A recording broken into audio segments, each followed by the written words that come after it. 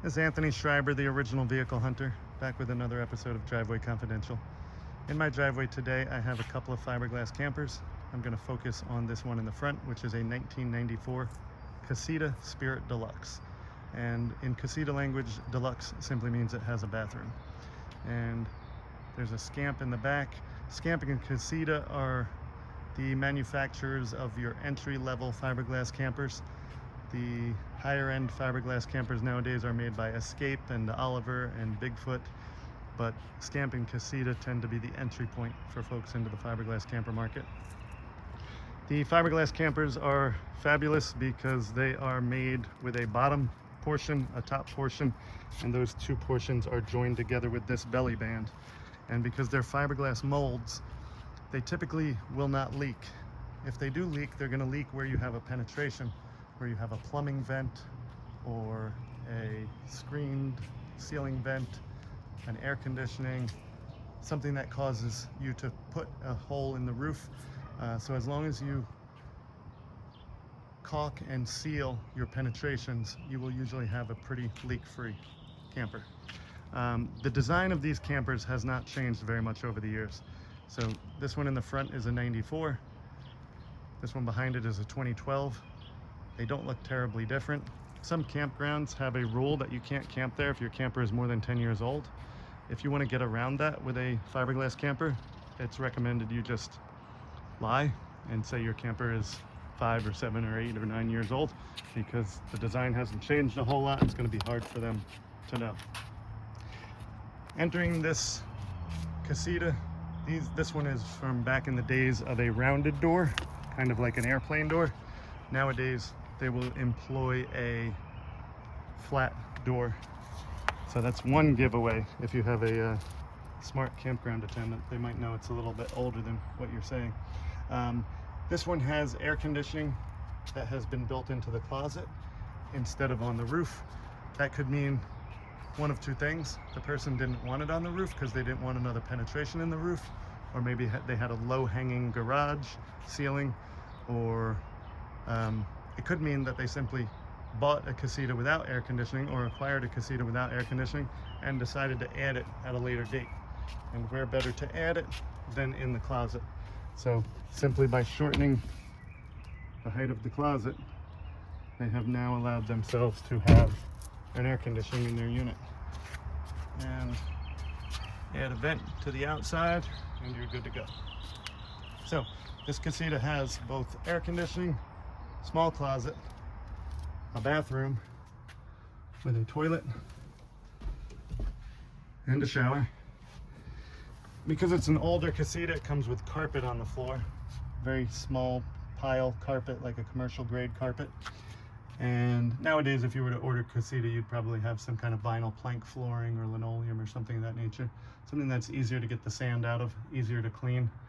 On the walls and the doors, you have a thicker tile carpet, and this is designed to cut down on your condensation and offer some insulation. Probably helps with noise reduction if you have people with a noisy generator around you.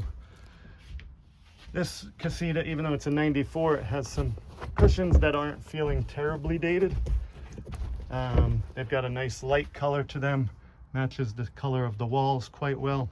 I've removed all the curtains for laundering, so it's nice and bright in here. So bright that you certainly wouldn't want to sleep without the curtains because you'd get woken up too soon.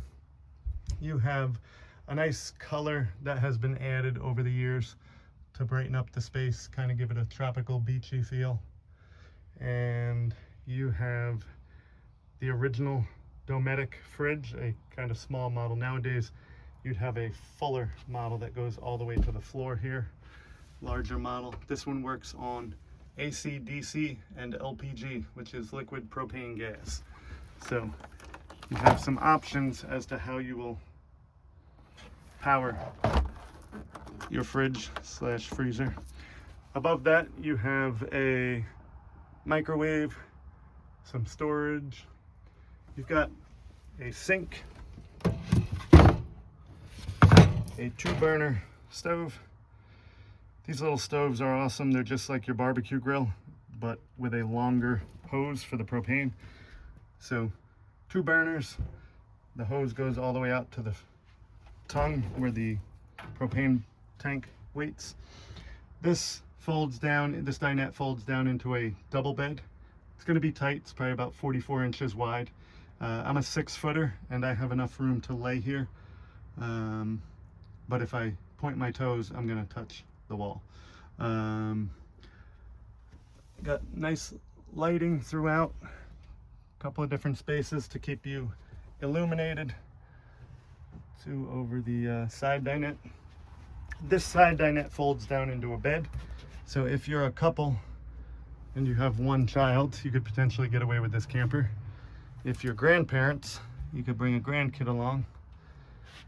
Nice thing about the side dinette is you can leave this large dinette as a bed and not have to turn it into a table every day, because if you're just a couple, you'll have space for 2 booties at the table.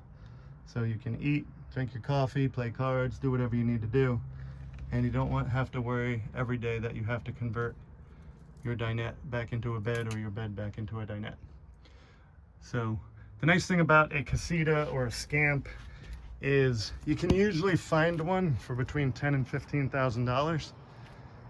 And unless it's a complete basket case, it's rare to find one for under $10,000 or $15,000. So you can buy a casita or a scamp for $10,000 or $15,000 in halfway decent shape, or actually in pretty good shape, and then you can use it for 5 or 10 years. And when it's time to sell it, you pretty much get back what you paid. Casita and scamp are both mom and pop shops. They're not pumping these out, you know, 50,000 a year. I don't know what their manufacturing numbers are. I'm sure if I called and asked, they would probably tell me. But whatever the numbers are, these things are in demand enough that you can resell them for pretty much what you bought them for. Unless you buy a brand new one. If you buy a brand new one, you might take a hit on some depreciation. Nobody's going to pay you exactly the brand new price if they can just buy a brand new one themselves. Why wouldn't they just go get the brand new one that nobody's used the toilet yet or done anything to it yet? So if you buy a brand new one and then you decide that the camping life is not for you, you might take a hit on the resale. But if you buy a used one in the $10,000 to $15,000 range and you take care of it, when the time comes to sell, you're probably going to get your $10,000 or $15,000 back. Typically you'll find the fiberglass campers can come with an awning. Sometimes you'll see a little bike hitch or a hitch on the back that you can put your bike rack on. Got to be careful how you load these things. You want to make sure that your weight distribution is appropriate so you don't wind up wiggling down the road. You'll have a heater right there. Some of them you'll have a battery for the onboard storage of onboard battery. And again, casita, scamp, just a great little camper. Think of it as an upgrade for a tent. It's not a 30-foot camper where it's a substitute for your home. You're not going to want to hang out in it for 12 hours at a time. You're probably not going to want to cook in it. You'll cook at your campground.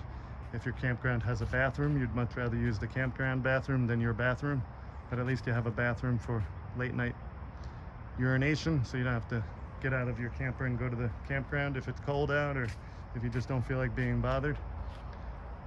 So if you think about a fiberglass camper as an upgrade from a tent, one of the nice things about it, you're never going to get rained out. You're never going to wake up with a wet sleeping bag. When you arrive at your campground, you're not going to have to set this up like a tent or like a pop-up camper. So you can load this thing the night before. You can have your bed made the night before. If you pull into the campground at 10 o'clock at night, there's no setup required. You're good to go. So ease of use. A lot of people love these campers for that reason.